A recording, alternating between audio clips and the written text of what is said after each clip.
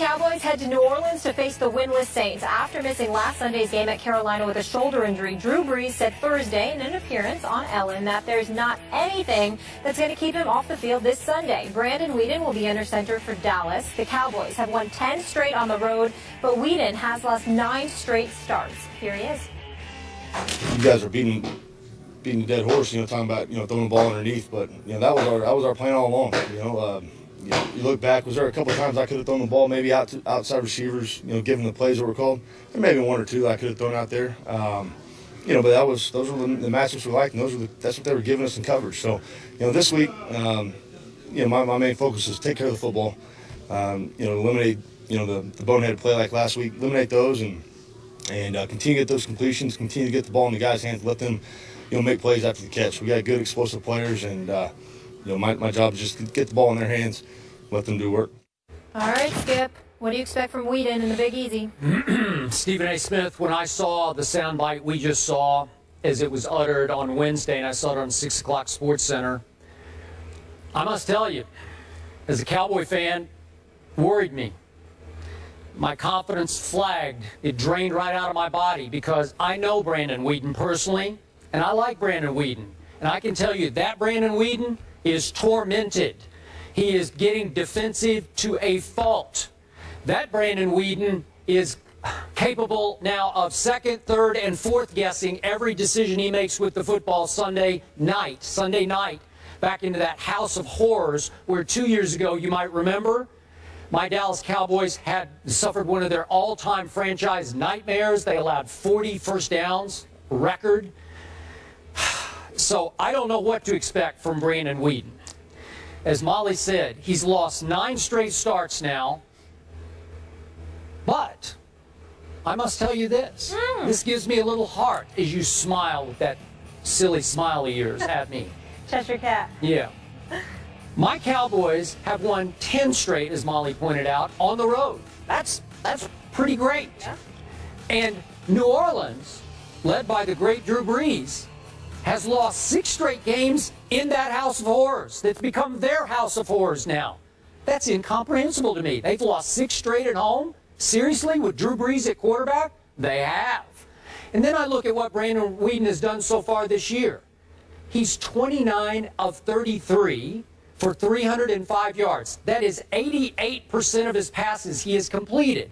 So surely he's got a little bit of confidence left in there, even though he's second-guessing himself about, should I throw it to the wide receiver or should I just check down to the tight ends or the backs? Stephen A. Smith, I have ridden this horse this far.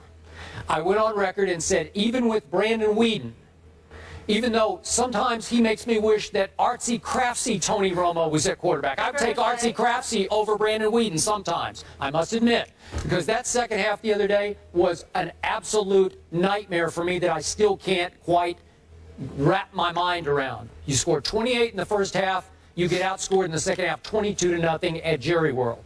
Thank you very much. So, I can't tell you how this is going to happen. I can't even, bless you, this is nothing to sneeze at. I can't even tell you. You are smooth. Yeah. I can't even tell you why this is going to happen, but I still believe in this Cowboys team on the road.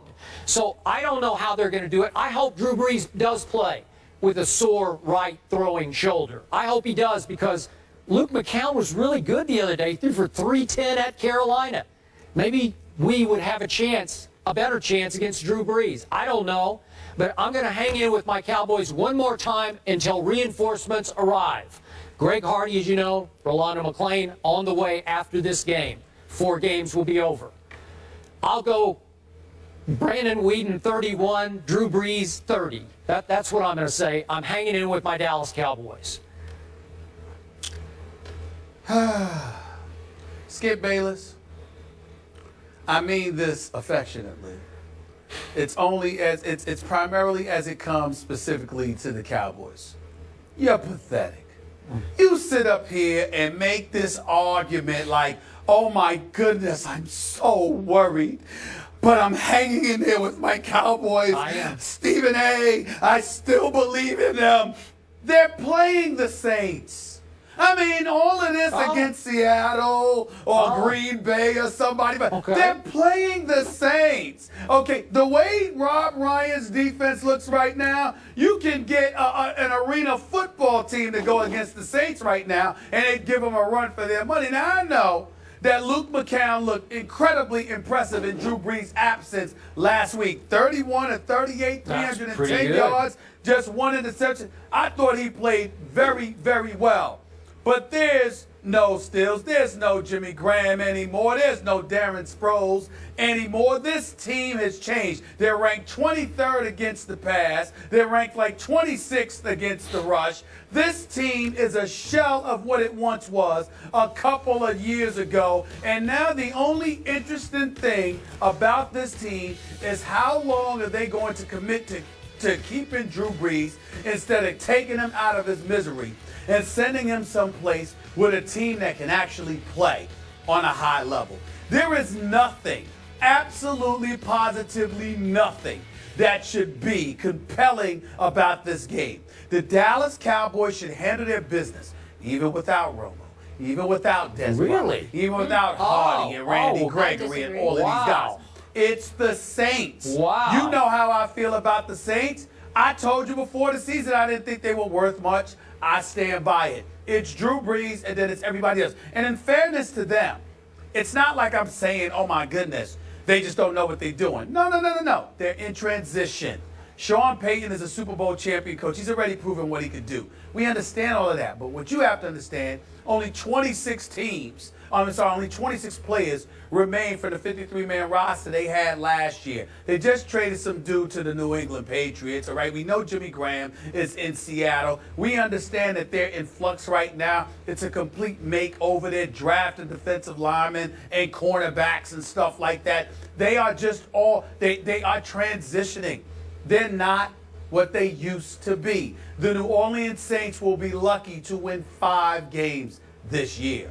It's just that simple. The only reason we don't say it too often is out of respect and deference to the great Drew Brees. It's the only reason.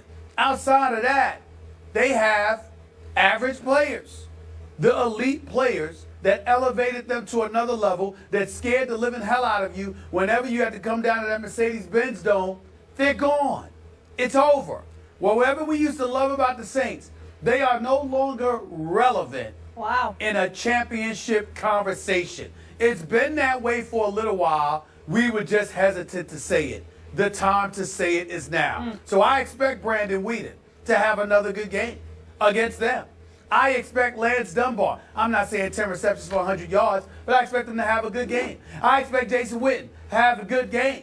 I expect Cole Beasley and Terrence Williams to have a good game. I expect Joseph Randle to run the football effectively, because it seems to me whatever you can do against mediocre defenses always is applicable to the New Orleans Saints under Rob Ryan. The Dallas Cowboys are going to win this game in New Orleans because the New Orleans Saints are not that good anymore. Now, they could shock us because the Dallas Cowboys are always capable of sticking up the joint. But if I had to bet my money, I would bet my money on Brandon Whedon. And I'll go as far as to say this, Skip. It wouldn't even surprise me if the brother ended up passing for about 350 yards plus. Because it's the Saints. It's the Saints. It's the Saints. The Saints. Okay, give me a score. Are you like 45-14? Something like 3 touchdowns, 4 touchdowns? Hold on, wait a minute. Drew Brees is supposed to play. Well, that's what they said. If Drew Brees plays, they good for about 24 to 27 points. I say Dallas gonna put up over 35 though. I really do. Okay. And then again, it doesn't even matter, because all I'm trying to say to you, Skip, is this. It doesn't matter whether it's their offense, it's their defense. They're not the same team. They got really good players in certain positions, but they're not a good team. Okay, so if I'm hearing you right, 35-24 Dallas. That's sort of the ballpark of what you're talking about? Okay. Ballpark. All right, so one of two things is operating here. Either you are trying to turn the tables on me and jinx this Cowboy game for me, because you know how much it means to me to put one more in the bank before the schedule really turns tough, because New England's 2 weeks from now. Or Well, that ain't even worth talking about because y'all gonna lose that game. You heard it here first. Wow. But Breaking the other thing that might be happening here is you've been on kind of a negative roll with your picks this year, and so you're scaring me because you might just be swinging and missing, like just a big old swing and a miss. It might be. And listen, man, I deserve that. I deserve that. But I would remind you that the games that I've lost this year were similar to what happened last night with Pittsburgh and Baltimore. Games that should have come down in my favor, then all of a sudden stuff goes wrong. I picked the Giants to win the Falcons. They give away that game. I picked the Giants to beat the Cowboys. They got a 10-point fourth quarter lead. They give away that game. Those kind of things have happened to me. It's not like I've been off the cliff here. All right. My picks were coming down, and it's like they just blew it. I don't know. Well, it's like something Like an jinxed. accident waiting to happen. I will figuratively jump off the cliff if you have picked my Cowboys and they lose this game. Because, listen, Luke McCown threw a beautiful ball into the end zone to win the game at Carolina, whom you were raving about this week. And Josh Norman made a magnificent interception to save the day. And my Cowboys defense in the second half gave up 259 yards to Atlanta. Really? I hope you're right, but I think you're just trying to jinx me. Well, listen, I ain't get all my picks right. I got plenty of them right. I ain't get all of them wrong. It's just that it's a couple of key ones you got me on right now. No. You got Like me by 6 or 8? You've got me by about 4 games. You've got me by about 4 games this far. I think I want to go back and put a pencil to that. You go ahead and do that. You got me by about 4 games. All right. Skip, this will You make got you me by about feel 4 good. games right now. I'm going Saints, 24-21. If Drew Brees plays at home after injury. We ain't gonna count how much Molly been wrong though, because No, we don't are you want to do kidding that. me? We I don't want to do that was with Miss perfect last Connecticut. week. Oh, We don't want to do that. I was and perfect never last that. week. Please keep count. Roll the tape. Please. We have a Please. big Perfect. SEC matchup between the Hedges. Saints, you heard it here first. Alabama and Georgia haven't faced each other since 2012, and there's a lot of pressure on Georgia coach Mark Richt to get this signature win. Who gets the dub this weekend? We'll break it down next.